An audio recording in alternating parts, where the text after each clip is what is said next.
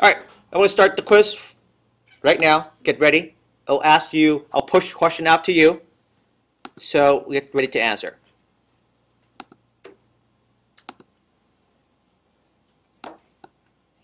Here's the first questions. It's coming out. Please answer. Please enter your last name, comma, first name. Type it in. I have exactly how many students in this class today? 26. I should see 26 responses. Let's see how many I will have. Oh, really? Let's see. Really? 15. I need more. Come on, quickly. 3 more. Good. We're all here. Welcome to our online class. Now you are officially online. Okay? What happened? Here's. We have 3 absences today. Huh? What? Where's yours? Right here, Aaron. You're the last one on the list. Yay! Yay. Okay, there you go. Here's my first question for you guys. Please answer as best you can.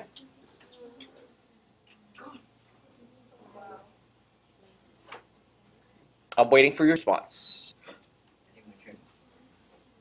Rewrite this verbal expression into an algebraic expression. 5 less than a number n. Let's see what you have.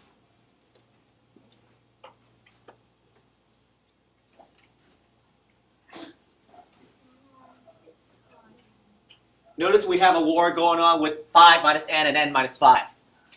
See that? What's happening there? So this is the same kind of thing I want to address as we work on the lessons. Remember, I want you to try to answer on your own. Please, no copying or anything like that. This is your own learning, guys. You want to learn this stuff, right? And Aaron, you done? Okay, make sure you're on the same page. It's still racing with the 9/11. Ooh, crazy. 2000. Oh, it's 9/12 now. Too late. The n minus 5 is beating out the other 2. Why?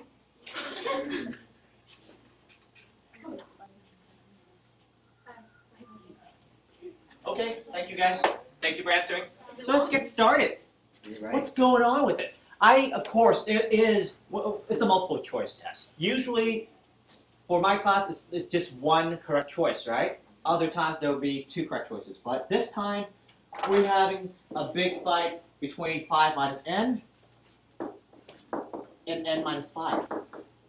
Okay? Now, as you know, right now, I hope those who pick the less than symbol, please cross that out of your vocabulary. The word less than here doesn't mean less than. Sorry. The only time you use the less than symbol is when I write is less than. You have to have the word is in front in order for you to use that symbol. If I don't have that word in front, it's always going to be subtraction. Am I making myself clear?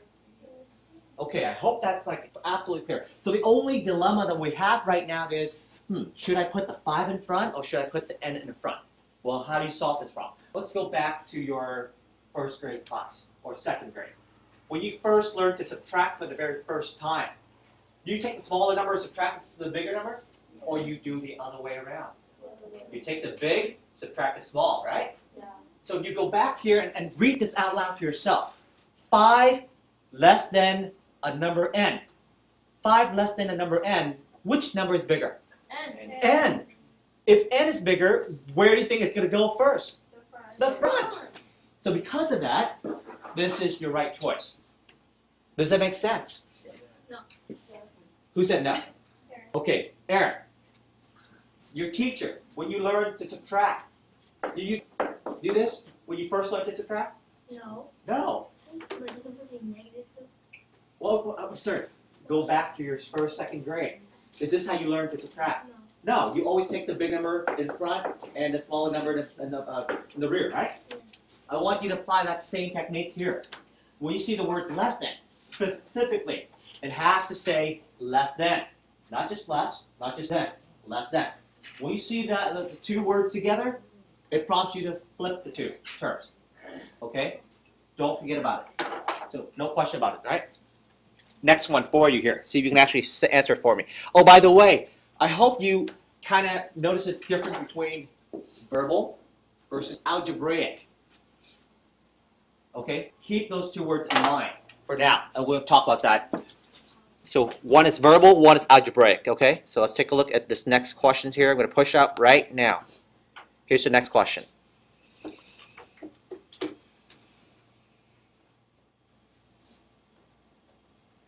The product of a number n and 3.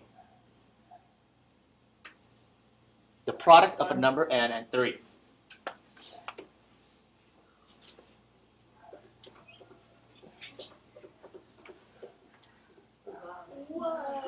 Whoa, right? Yeah, it's amazing. Yeah, who would select that, right? Sure. It's okay. Either you're testing me or testing out the program, I don't know. But I hope by now, for those who select these two, you realize your mistake? No, it's not about that. Remember, we're trying to learn this together as a class, but I want to show you something here that the word product doesn't mean adding. Okay, so at least now you know what product means. The product means what? Multiply. Okay? And I want you to notice that you hear this word a lot, right? The product of something. So now that you hear product again, you know it's multiplying. Multiply what? N and 3. Yes, it's okay if you write it like this, but by convention we want to have the number, the coefficient in front of the variable. So we want to write it like this, which works just fine. N times 3 or 3 times n. They're the same answer, right? So it works both ways. And I hope that for those who selected this answers, you understand why it's wrong. And you're the only one there. Okay. Make sense? Okay. So product means? Multiply. Very good. And notice, do you see any number here? No. I mean, like real numbers? No. They're all words, right? Verbal. Very good. So when you have something like a sentence describing a math problem, that's called a verbal phrase. More specifically, it's a verbal expression. And for instance, if you actually, your friend, whoever it is absent today, and that friend needs to write down the problem. You have the problem right in front of you. For example, I give you this. Can someone read this out loud to me? N plus 3 plus 5. Exactly. What you see right here is called an algebraic expression. You don't see any words, right? But when you take that problem, which is called an algebraic, I'm sorry, not an algebraic expression, it's an equation, because it's an equal sign. But if you take that problem and read it over the phone, you are translating an algebraic into a verbal, because you have to verbalize it over the phone. So when you verbalize, it's in word form. Then you write n plus, sorry for my spelling, plus 3 equals to 5. So this is called verbal expression, because you have to write the words out. But if you write the numbers out with the variable stuff, it's called algebraic expression. Okay? Now, while we're on this topic of expression, might as well just explain to you why sometimes they call expression, why sometimes they call equation. Well, the word equation has equal part in it, right? When you see an equal there, it's called equation. Algebraic equation. If I leave this out, for instance, just like that, then we have ourselves an algebraic expression. That's all. That's the only difference. Okay? Next one.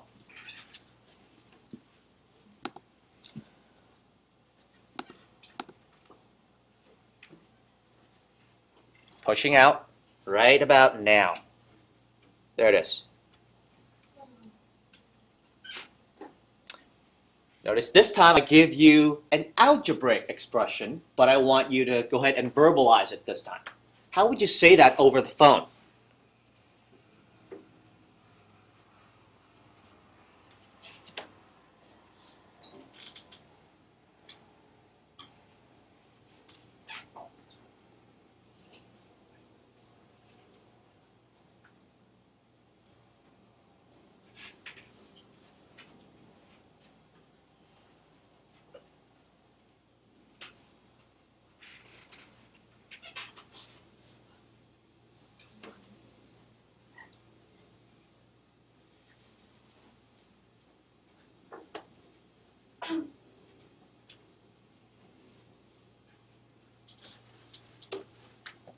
Okay, so notice here, we have the majority picking 3 less than, what? What's the answer, part of the answer? 3 less than the product of 4 and x, right? That's correct, very good. However, over here, this one says 4 times x minus 3. Is that also correct? Yeah. Yes, it is. It's absolutely fine to say it like that, right? 4 times x minus 3. Hey, that's how you would normally say it over the phone anyway. It's correct. So what I'm trying to point out is, when I give you an algebraic expression and ask you to convert back into a verbal expression, we have many ways to say the same thing. However, these twos are not correct for one good reason. Notice that when you read this, it says 4x minus 3. I know implicitly when I say 4x, what is 4 doing to x? Say it. Subtract. To multiply. So when you verbalize it, you don't want it to be implicit. You want to just say it. 4 times x. What does it do to x? 4 times x. Do not just say 4x. Ever in this class. Okay? So if I write this, it means 2 times x. Right? Okay? So this is why this is not correct. And the other one, what does it say? The difference of, I said 4x again. I did not say 4 times x. Because of that lack of that operation times, it's deemed to be incorrect. Okay, so be very careful, be very straight, and be very explicit on how you want to convert an algebraic expression into a verbal expression. Everything has to be there, every operation. 4 times x minus 3, and like this one right here. Notice I'm using the word less than. I reversed it, right? So I said 3 less than, because you know that this is the bigger value. So 3 less than the product of, I'm using the keyword product. And you know by now, the product means what? Multiply. There you go. 4 times x. Okay? Try this last one right here.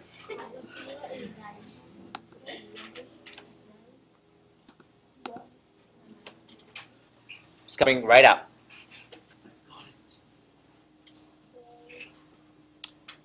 Notice I'm using the hat symbol. It's for power. 4 to the 3rd power. So the next time you see a hat symbol, it means to the power of. Okay? So don't be surprised. Woohoo! Can't wait to discuss this answer. 4 to the 3rd power.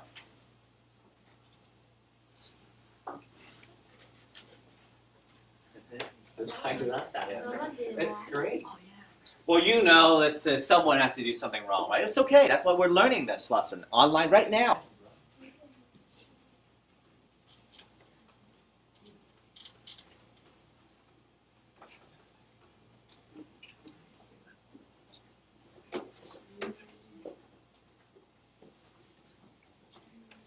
Okay. We got 2 more. Come on.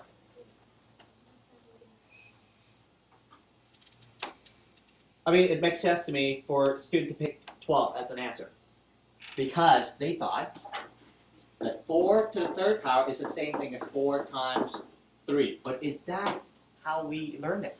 No. Is 4 to the 3rd? Seriously, if I want you to take 4 times 3, I would just write 4 times 3. Why would I put this 3 on top of the 4, you know? Think about that for a moment before you write down your answers. 4 to the 3rd simply means whatever base I have, I'm going to write that base 3 times. 4, 4, 4. Then I multiply. What I don't understand is, how did 4 of you get 32? How did you get 32? I think they like multiplied wrong. 4 oh, that could be the reason why, isn't it? 4 times 4 times 4 is 32. 4 times 4 is 8. 8 times 4 is 32. Is that the reason why? So, I know I'm just saying it, but please, if you're in this situation right now, I want you to evaluate your work, because I want you to make the same mistake on your test. I know we're just pointing out mistakes right now, which is great in this class anyway, because we get to learn from our mistakes, right? So by the next time I give you a power problem to work on, you know exactly what to do. Just make sure that you multiply that correctly. 4 times 4 is 16. 16 times 4, it's not 32. 16 times 4 is 64. Okay. Any question on that?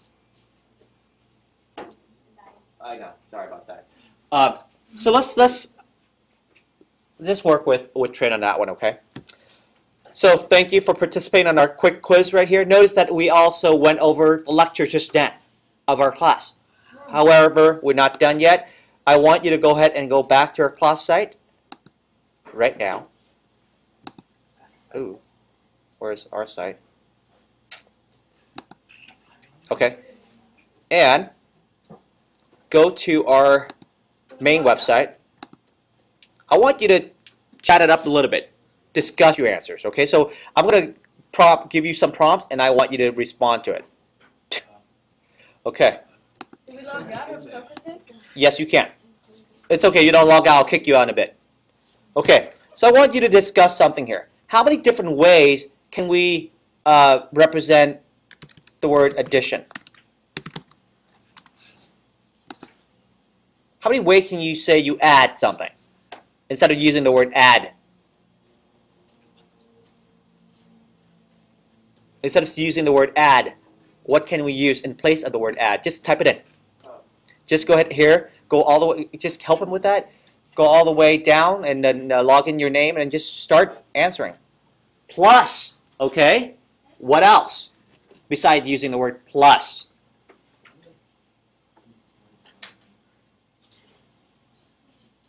Is that all you can think of? Plus? The sum? The sum. Thank you so much. The sum. Type it in, please. And yes, the sum, let me point out to you, yes, this is the most commonly used word too. The sum of. I want you to hear the sentence structure. When I say the sum, for example, n plus 5, I can use that and write it as the sum of n and 5. Okay? It certainly can be something like that. Okay? Notice the sentence structure of it. It's always start with the sum of. Anything else beside the word sum? I just said addition. Anything else? What do you do with the money you put in the bank? You deposit. Isn't deposit mean addition also? Okay. What about the word more than? Is that also addition? What about the word increase? Isn't increase means addition as well? Okay, so I want you to pay attention to these keywords. And yes, remember I told you, we're recording this right now. You can certainly see this at home if you don't remember. Okay? Next, oh come on, learn to spell correctly. Alright, next one. What about the word subtract? Do we have other words to describe the same thing? Minus. Go start, don't tell me the answer. I don't want to hear your answer. Just type it in.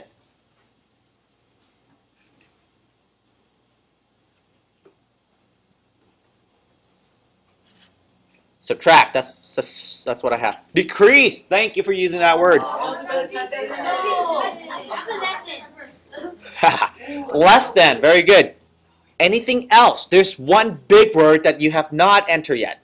Less than. Withdraw. Withdraw is one thing, but there's something else. Take away. That's not big, but it's good. What is that one word I'm looking for? Disintegrate. Well, it starts with a D, by the way. Difference. Difference. Thank you so much. Difference. Please be aware of that. So, for instance, if I have something like this to look at, n minus 4, I would write it as the difference of n and 4. Notice the sentence structure. Similar sentence structure, just like the sum of. This is the difference of. I want you to get used to using the same sentence structure for using what I deem the big four. We have sum so far, we have difference, and we also have another one here. What about, I gave it away. No. What else can you say when you want to say multiply?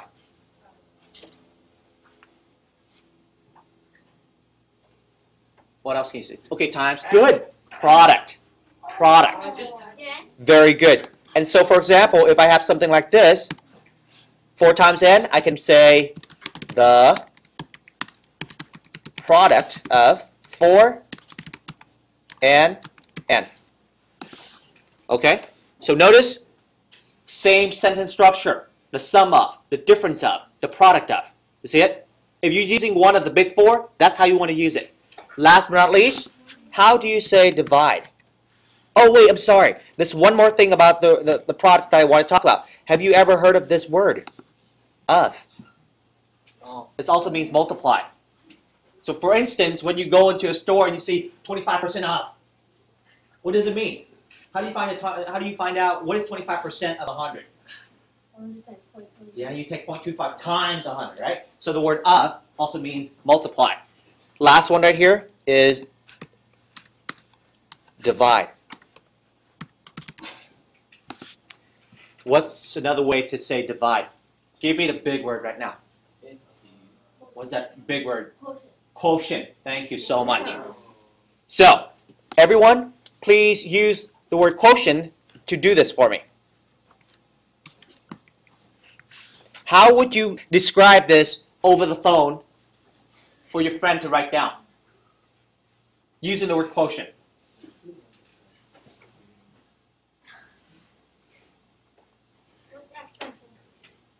Using the word quotient. Go ahead, type in your answer. No. Come on. How do you write that using the word quotient? If you're going to be describing this over the phone to your friend,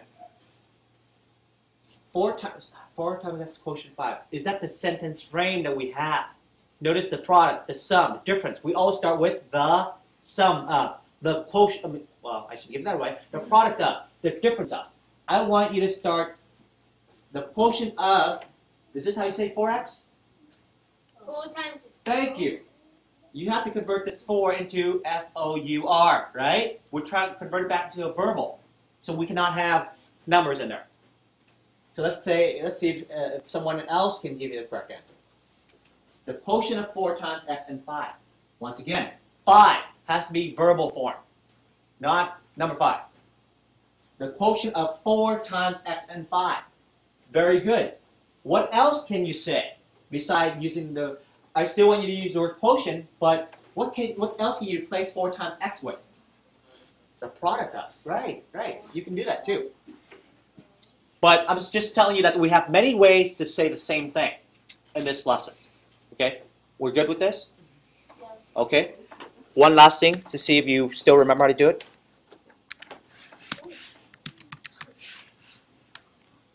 Whoa.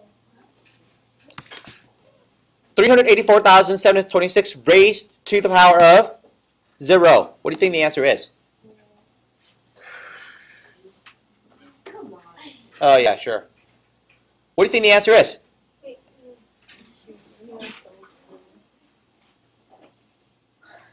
When you raise that whole big number to a 0 power, what do you think the answer is? 0. Interesting. So you're saying that if you have a number raised to 0, it will be 0? Yes. Okay, we all agree with that? Okay. No, I'm done yet. Okay, some other people said the same thing.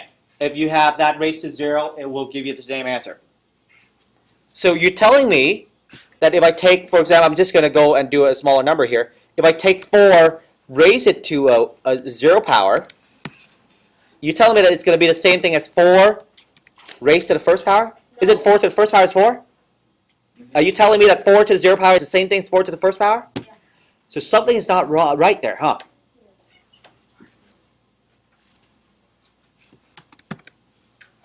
Let me show you something, guys.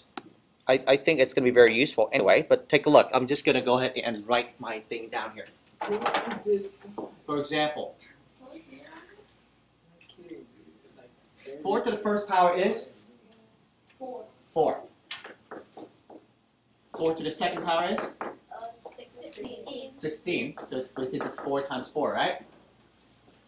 4 to 0. I know it's kind of bad right now for you to just for me to just tell you the answer, but I'd rather tell you the answer right now. At least you have an idea, and I'll prove it to you when we get to the power lesson. For now, anything to the 0 power, I'm talking any number to the 0 power, will always come out to be 1. Always. I don't care what number that is. I know. I'm just telling you the answer right now. We'll talk about why it comes out to be 1 hopefully soon. Maybe not this month, but a couple months from now. But anything to 0 power is 1. No idea why? I'll tell you why later on. Questions on this? Okay? If you have no other questions, I want to point you out to your homework for tonight. Your homework for tonight will be on our daily lesson and homework, just like that. Just go here, go to chapter 1. Okay? So if you click on that one, it will show you your calendar for this class, which tells you exactly what page is your homework for tonight. For example, today is August 23rd. You are working on variables and function. Here's your page number and your problems that you have to work on if you decide to work on a piece of paper and then turn it in the next day. However, there's an online option. You can just click on the online, if you scroll all the way down, you see 8/23rd, variables and function homework. Click on that one, and it will show you the page, the actual page, all the problems that you need to work on. And then down below, there's an electronic form for you to fill out. This is like a, like I said, when I put an online assignment for you, I will hand select problems. So, for instance, what is the difference between a verbal expression and an algebraic expression? Didn't we talk about that in class? What did you forgot what it was all about? Where do you think you're going to find that? Yes? The book. The book or? YouTube. YouTube or instructional video section that we have, right? Next one. When the keyword less than, I think it's misspelled keyword, is used in a verbal expression, what do you have to be aware of? We just talked about the words less than. Name 4 commonly used keywords for adding, subtracting, multiplying, and dividing. We talked about those big 4 as well. And notice down here, I hand select problems for you to work on. So much. Okay? So that's it. Once you're done, hit submit. Don't forget. Excuse me. Listen. Don't forget that when you type in your email address, make sure that it's correct. Otherwise, you will not receive a score from me. How many of you actually got a score back from me? There you go. See it? Now, I am in no way trying to penalize you. Yeah, I'm saying it correctly. It's not penalize, it's penalize. I'm not trying to take away points at all. I'm just looking for your effort. You're really trying hard to get to the right answers. When you submit, you will get full credit for submission. Okay? So I really want you to try your best. If you have any questions, feel free to go online and start asking questions. Okay? All right. We are done, guys.